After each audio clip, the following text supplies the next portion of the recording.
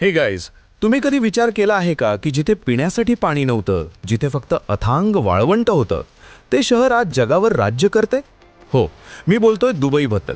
Dubai म्हणजे केवळ उंच इमारती नाहीत, तर ती एक जिद्द आहे. आजच्या व्हिडिओमध्ये आपण दुबईचा 5000 वर्षांचा इतिहास, तेलाचा शोध आणि भविष्यातील प्लॅन्स यावर सविस्तर चर्चा करणार आहोत. So let start. व्हिडिओ शेवटपर्यंत नक्की पहा, कारण शेवटी मी तुम्हाला दुबईच्या अशा काही गोष्टी सांगेन ज्या ऐकून तुम्ही थक्क व्हाल. मित्रांनो, दुबईचा इतिहास आजचा नाहीये. आर्किओलॉजिस्टना असे पुरावे सापडलेत की 3000 BC मध्येही इथे लोक वस्ती करून राहत होते. त्या काळी येथील लोक खजुराची शेती आणि पशुपालन करायचे. पण सर्वात महत्त्वाचा व्यवसाय होता पर्ल डायव्हिंग, म्हणजे मोती शोधणे. इथले लोक आपल्या जीवाची पर्वा न करता समुद्राच्या तळाशी जायचे. हे नैसर्गिक मोतीच तेव्हा दुबईची अर्थव्यवस्था चालवायचे.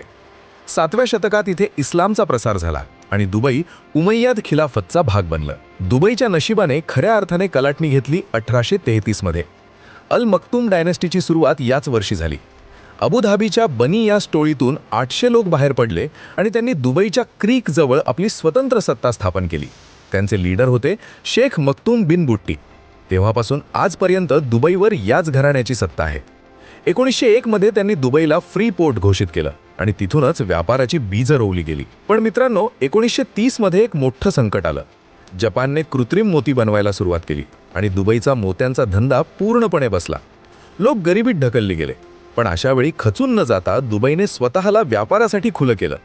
इराण आणि भारताचे व्यापारी दुबईत येऊ लागले, कारण तिथे टॅक्स नव्हता. संकटाचं रूपांतर संधीत कसं करायचं हे दुबईने तेव्हाच जगाला शिकवलं. 1966 मध्ये दुबईच्या भूमीत तेल सापडलं आणि सगळंच बदललं. 1969 मध्ये दुबईने तेलाची पहिली निर्यात केली, तब्बल 1,80,000 बॅरल. पण खरी दाद द्यायला हवी शेख राशिद बिन सईद अल मक्तूम यांना. त्यांनी ओळखलं की तेल हे काही वर्षच टिकणार आहे. म्हणूनच त्यांनी तेलाचा पैसा चैनीवर न घालता इन्फ्रास्ट्रक्चरवर खर्च केला. जेबेल अली पोर्ट आणि दुबई खाडीचं खोलीकरण करून त्यांनी जगासाठी व्यापाराचे रस्ते उघडले. तुम्हाला माहिती आहे का, दुबई हा एक स्वतंत्र देश नाहीये. दुबई हे युनायटेड अरब एमिरेट्स म्हणजे UAE मधील 7 अमिरातींपैकी एक आहे. यामध्ये अबुधाबी, दुबई, शारजा, अजमान, अल कुवैन, फुजेरा आणि रास अल खैमाह यांचा समावेश होतो. या सर्वांनी मिळून एकत्र येण्याचा निर्णय घेतला आणि आज हे संघराज्य जगातील एक मोठी शक्ती बनलं आहे.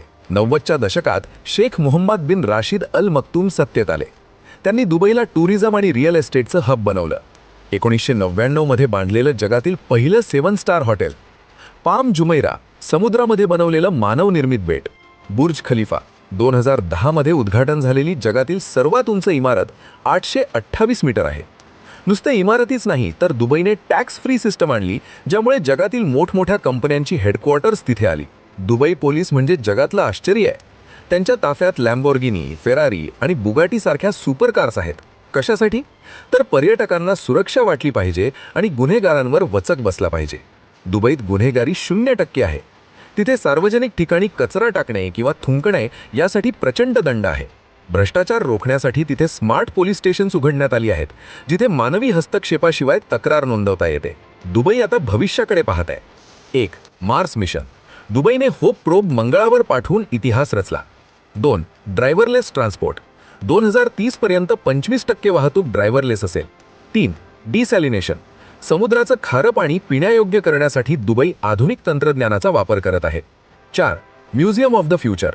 भविष्यात जग कसं असेल याची झलक तुम्हाला या इमारतीत पाहायला मिळते. तर मित्रांनो, ही होती दुबईची चित्तथरारक कहाणी. एक छोटं मासेमारीचं गाव आज जगाचं केंद्र कसं बनलं हे आपण पाहिलं. दुबईचं यश हे केवळ पैशामुळे नाही, तर त्यांच्या नेत्यांच्या दूरदृष्टीमुळे आहे. तुम्हाला दुबईबद्दल काय वाटतं? तिथे फिरायला जायला तुम्हाला आवडेल का? कमेंट्समध्ये नक्की सांगा. हा व्हिडिओ आवडला असेल तर आपल्या मराठी चॅनलला सबस्क्राईब करायला विसरू नका. जय महाराष्ट्र.